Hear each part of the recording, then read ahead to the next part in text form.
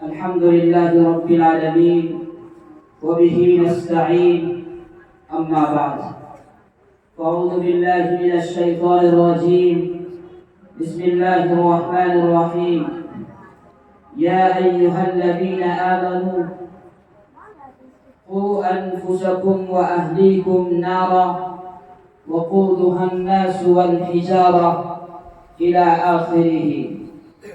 وقال النبي صلى الله عليه وسلم لا يؤمن أحدكم حتى أكون أحب إليه من والده وولده والناس أجمعين.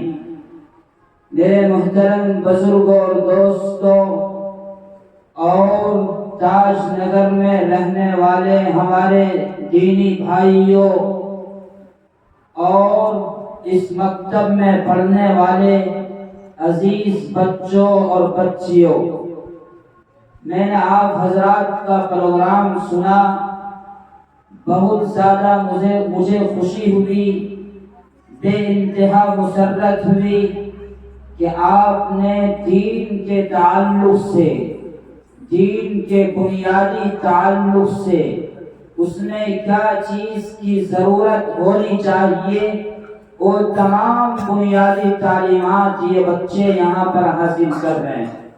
بے انتہا خوشی ہوئی، میں نے دیکھا اور آپ نے بھی سنا، ایک چھوٹی سی معصوم بچی، میں سمجھتا ہوں 6 یا 7 سال ان کی عمر ہوگی، اللہ تبارک و تعالیٰ کے 99 نام جسے اسماء حسنہ کہا جاتا ہے، وہ 99 نام اس نے پورے ذمہ داری کے ساتھ اور نڈر ہو کر کے بغیر خوف کے اس نے یہاں لاؤڈ اسپیکر میں تمام لوگوں کو سنایا۔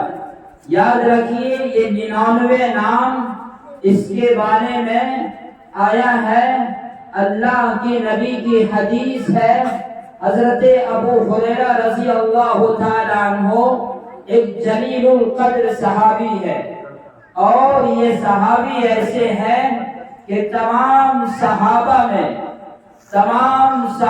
میں حدیث نقل کرنے والے کوئی عظیم صحابہ ہے، اور سب سے زیادہ حدیث نقل کرنے والے یہ حضرت ابو ہریرہ رضی اللہ تعالیٰ عنہ ہے۔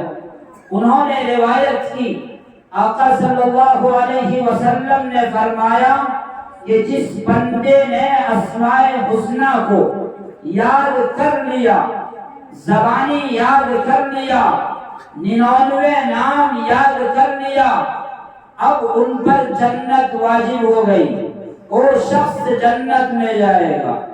کتنی خوش قسمتی ہمارے لیے ہے، ان معصوم بچوں کے لیے ہے کہ اسماء حسنہ کو یاد کر لیا۔ اور بھی آپ نے دیکھا بنیادی کلمات، دینی کلمات، اسلام کے جو کلمات ہیں وہ تمام کے تمام ان تمام بچوں نے یاد کر لیا، یہ ہمارے لیے خوشی کی بات ہے۔ میرے بزرگوں، یہی اسلام چاہتا ہے، اور اسلام کا مقصد ہی یہی ہے، دین کا مقصد ہی یہی ہے۔ جناب رسول اللہ صلی اللہ علیہ وسلم کا طریقہ بھی یہی ہے۔ آقا صلی اللہ علیہ وسلم کے تعلق سے یہاں پر بچوں نے آپ کو دعائیں بھی سنائی کہ کھانا کس طرح کھانا ہے، ہاتھ دھو کر کے کھانا ہے، کھانے میں عیب نہیں نکالنا ہے، یہ تمام باتیں۔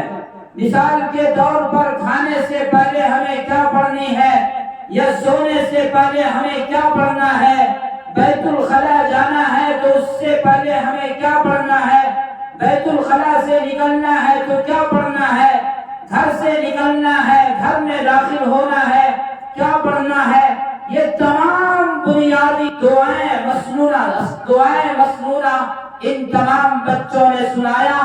یاد رکھیے، ان والدین کو بھی میں ان کو مبارکباد پیش کرتا ہوں جن کے بچے اور جن کے چھوٹی بچیاں یہاں پر تعلیم پا رہے ہیں، بڑے خوش نصیب ہے۔ یاد رکھیے، یہ مکتب میں جو تعلیم ہم نے حاصل کیا ہے یا آپ حضرات جو پڑھ رہے ہیں یہ بیسک تعلیم ہے، بنیادی تعلیم ہے۔ اگر ہم نے اس مکتب میں صحیح سے محنت کر لیا، یہی تعلیم آج نہیں بلکہ آخری دم تک، بڑھاپے تک یہی تعلیم سینے میں محفوظ رہتا ہے۔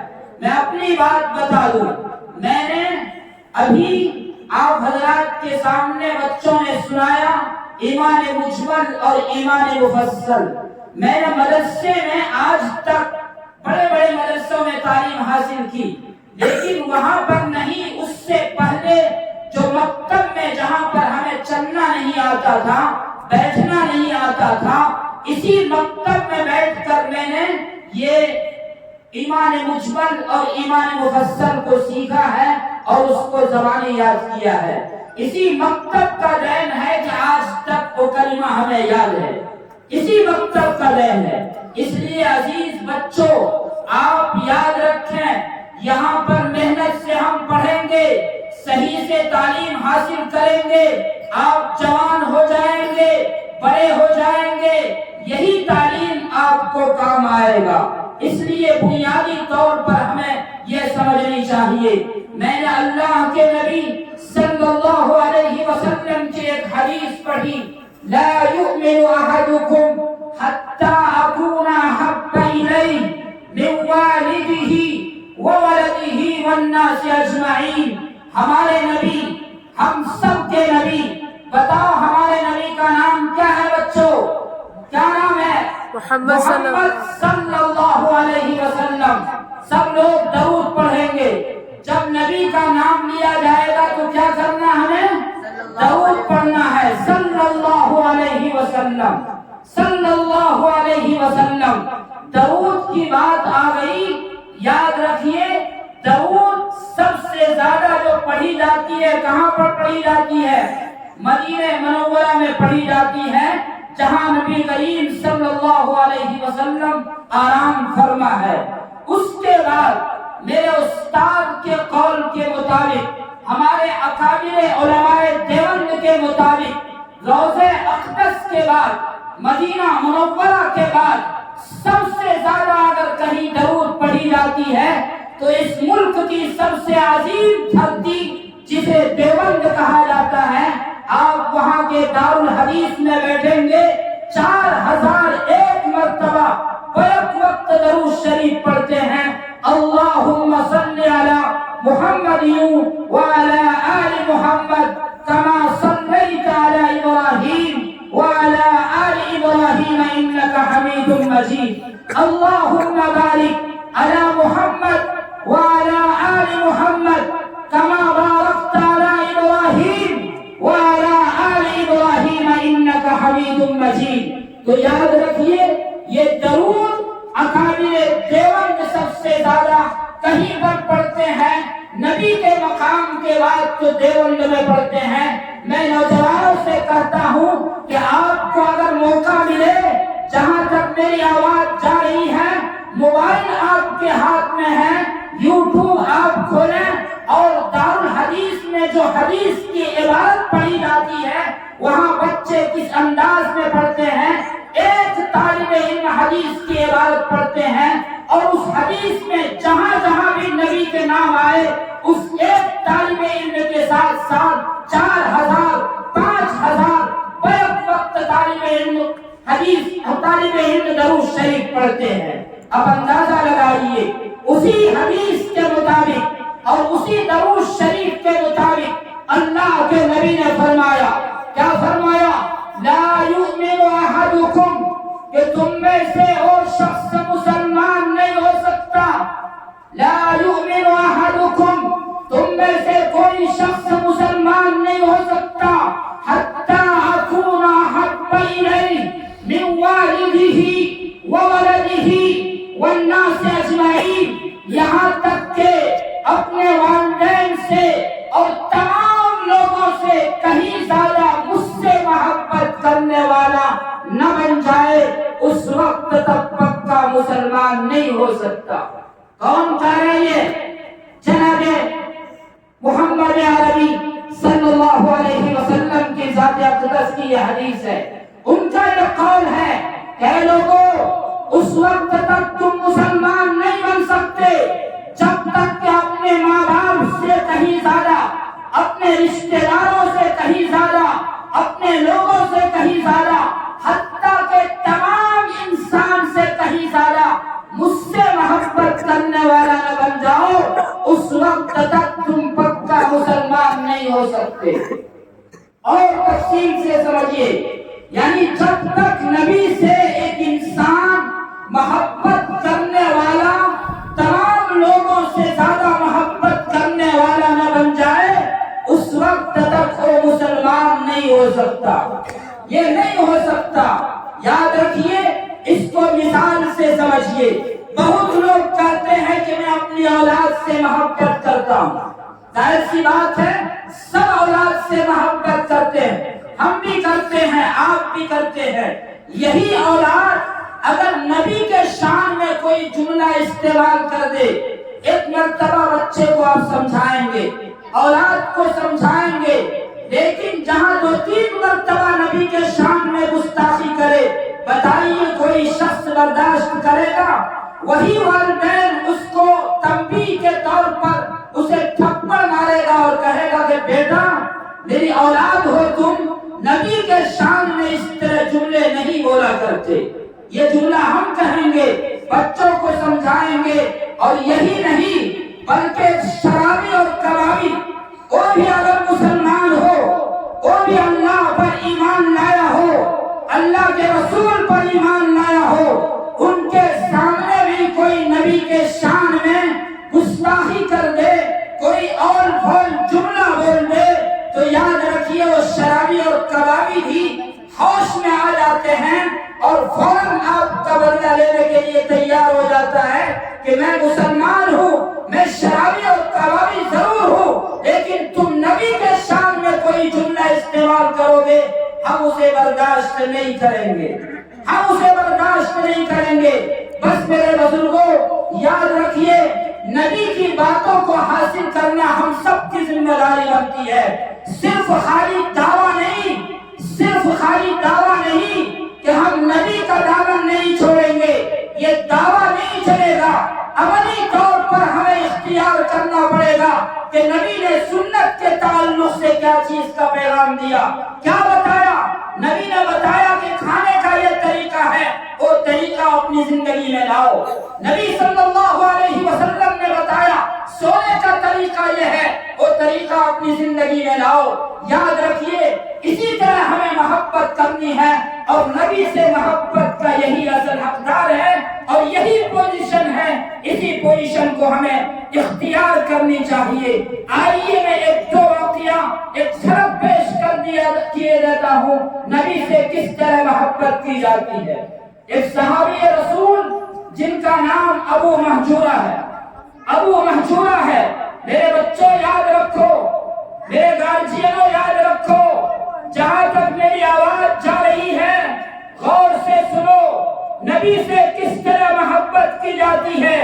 ابو محجورہ حضرت بلال اذان دے رہے ہیں، بلال اذان دے رہے ہیں۔ ابو محجورہ اس وقت اسلام قبول نہیں کیا تھا، ابو محجورہ نوجوان بچہ تھا، دیگر مشرکین کے بچوں کے ساتھ، کافر بچوں کے ساتھ وہ بھی اسی میں شامل تھا۔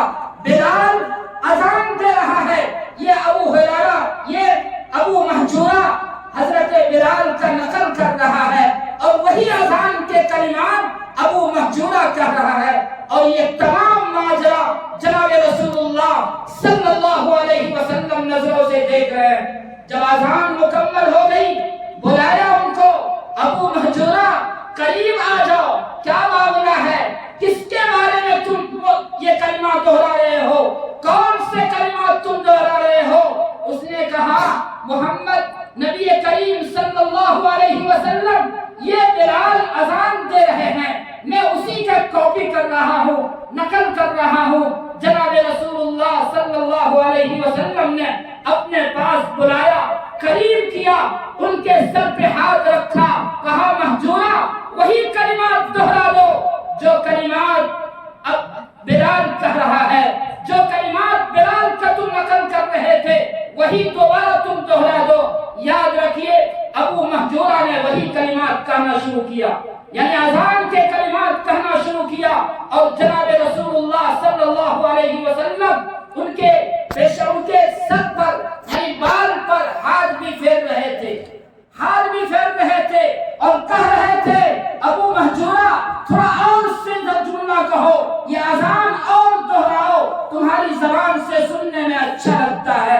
اور نبی کریم صلی اللہ علیہ وسلم دل ہی دل میں دعا کر رہے ہیں، اے اللہ ابو محجورہ کو یہ جملہ حقیقت میں کہنے والا بنا دے، یہ کلمات حقیقت میں کہنے والا بنا دے۔ اسی وقت ابو محجورہ اسلام قبول کر لیا، ابو محجورہ نے اسلام قبول کر لیا۔ روایتوں میں آتا ہے، تاریخ میں لکھا ہے، ابو ہریرہ نے ابو محجورہ کے یعنی سر پر بال پر جو آقا صلی اللہ علیہ وسلم نے ہاتھ پھیرا تھا، دست شفقت دست محبت پھیرا تھا، یاد رکھیے پوری زندگی ابو محجورہ نے پھر بال نہیں کٹوایا، بال نہیں کٹوایا۔ لوگ کہا کرتے تھے او ابو محجورہ کہاں جا رہے ہو، یہ لمبے لمبے بال ہو رہے ہیں، گرمی کا موسم ہے، ٹھنڈی کا موسم ہے، یہ بال کٹوا لو۔ کہا کہ میں اپنا بال نہیں کٹوا سکتا، کیوں؟ جناب رسول اللہ صلی اللہ علیہ وسلم نے اپنا ہاتھ اس پر پھیر دیا ہے، جس بال پر نبی کا ہاتھ پڑا ہو، بتاؤ میں اسے کیسے کٹوا سکتا ہوں۔ آئیے ایک اور صحابی ہے، گاؤں سے تشریف لائے، نبی بیچ میں بیٹھے ہوئے ہیں، تمام طرف صحابہ بیٹھے ہوئے ہیں، پوچھا کون ہے اس میں نبی، پوچھا کون ہے اس میں نبی، کہا وہ جو بیچ میں بیٹھے ہوئے ہیں وہی آقا صلی اللہ علیہ وسلم ہے۔ آقا صلی اللہ علیہ وسلم کا اس وقت گریبان کھلا ہوا تھا، گریبان کھلا ہوا تھا، یعنی کرتے کے بٹن کھلے ہوئے تھے، اسی کو گریبان کہا جاتا ہے، چاہے اس کی شکل جو بھی ہو، چادر لپٹی ہوئی ہو، آقا صلی اللہ علیہ وسلم اسی حال میں تھے۔ وہ آنے والے گاؤں سے صحابی، اس نے ایمان قبول نہیں کیا، نبی کو پہلی فرصت میں دیکھا کہ گریبان کھلا ہوا ہے، اسی حال میں اس نے اسلام قبول کیا۔ روایتوں میں آتا ہے پوری زندگی اس صحابی نے اسلام قبول کرنے کے بعد اپنے گریبان کو بند نہیں کیا، بٹن کو کرتے کا نہیں لگایا۔ لوگ کہا کرتے تھے ٹھنڈی کا موسم ہے، گریبان بند کر لو، یہ بٹن لگا لو۔ کہا کہ میں نے نبی کو پہلی فرصت میں جس حال میں دیکھا تھا، پہلی فرصت میں جس پوزیشن میں دیکھا تھا، اسی پوزیشن میں میں رہنا چاہتا ہوں، اسی حال میں مرنا چاہتا ہوں، اسی حال میں جینا چاہتا ہوں۔ آؤ میرے بزرگوں، ایسے واقعات نبی کے، آئیے میں خود نبی یعنی آقا صلی اللہ علیہ وسلم اور صحابہ کے بعد آئیے ہمارے اکابر کی طرف، جو دارالعلوم کے فاؤنڈر تھے، دارالعلوم دیوبند مولانا قاسم نانوتوی رحمۃ اللہ علیہ، بڑی شخصیت ہے۔ آزادی کے اس ملک میں آزادی کے موقع پر انہوں نے بڑی قربانی پیش کی ہے، انگریزوں سے جہاد بھی کیا ہے، لڑائی بھی کیا ہے۔ اور شخص جب حجاز پر جاتے ہیں، مکہ مکرمہ جب حج کے لیے جاتے ہیں، پوچھا جاتا ہے، اس نے اپنے چپل کو انہوں نے جوتا اتار لیا، لوگوں نے کہا کہ یہ سنگلاخ واد ہے، پتھریلی زمین ہے۔ مولانا قاسم نانوتوی آپ جوتا اتار لیں گے، پاؤں میں چھالے پڑ جائیں گے، پاؤں میں زخم ہو جائے گا۔ انہوں نے کہا کہ جس سرزمین پر نبی کا قدم پڑا ہو، قاسم نانوتوی کے لیے زیب نہیں دیتا ہے کہ وہاں اپنا جوتا استعمال کرے، وہاں جوتا استعمال کرے۔ او میرے لوگوں، او نبی کے شہدائیوں، او نبی کے نام لینے والوں، کہاں ہو؟ آؤ کس طرح نبی سے محبت کی جاتی ہے وہ تعلیم یہاں پر تمہیں دی جائے گی، تمہیں بتایا جائے گا نبی سے کس طرح محبت ہوتی ہے۔ آئیے کئی سارے مثالیں اس طرح ہیں۔ مولانا حسین احمد مدنی نور اللہ مرقدہ، جنہوں نے روضہ اقدس پر بیٹھ کر 1 سال نہیں، 2 سال نہیں، 18 سال تک حدیث کا درس دیا، حدیث پڑھایا، اور اپنے خاص رومال سے، اپنے خاص کپڑے سے اس روضہ اقدس کو صاف کیا کرتے تھے، صاف کیا کرتے تھے۔ جب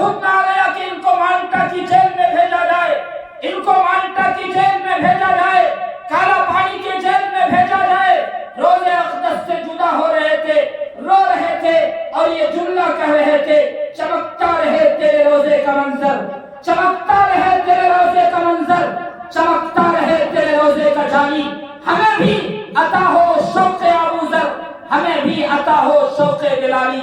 یاد رکھیے میرے بزرگوں، آؤ نبی سے اگر محبت چاہتے ہو ان معصوم بچوں کی طرح مکتب میں بیٹھ کر سیکھو نبی کس طرح کھایا کرتے تھے، نبی کس طرح پیا کرتے تھے، نبی نے ہمیں کیا تعلیم دی ہے۔ اسی تعلیم کو اگر عام کرنے، ہم سب کو عام کرنے کی ضرورت ہے۔ اور یاد رکھیے اسی میں سے کسی بچی نے پڑھا، کسی بچی نے حدیث سنائی اور صاف طور پر اس نے کہا لا یؤمن، صاف طور پر اس نے کہا کہ ہر مسلمان مرد و عورت پر تعلیم کا حاصل کرنا لازمی، ضروری، فرض عین کے درجے میں ہے، اس کے بغیر کوئی چارہ نہیں، کوئی چارہ نہیں۔ ہم صرف خالی اگر نبی کا دعویٰ کریں اور ہمیں بنیادی تعلیم نہ ہو تو یاد رکھیے میرے بزرگوں ایسے کام نہیں چلے گا، ایسے کام نہیں چلے گا۔ ضرورت ہے، میں بچیوں سے بھی کہوں گا کہ یہاں تمام جتنے ہمارے بچے ہیں، تمام بچوں سے میں گزارش کروں گا کہ بچوں آپ نے جو حدیث پڑھی ہے، جو دعائیں پڑھی ہے، تمام بچوں سے میں کہتا ہوں آپ اپنے گھر میں جا کر کے اپنے والدین سے بھی سنیں گے انشاءاللہ۔ ان کو کہیں گے کہ میری ماں، میری والدہ، میں اس طرح درود پڑھتا ہوں، تم بھی درود پڑھو۔ سکھاؤ گے اس طرح؟ سکھانا نہیں بلکہ ان کے سامنے پڑھنا ہے۔ 100 بچے یہاں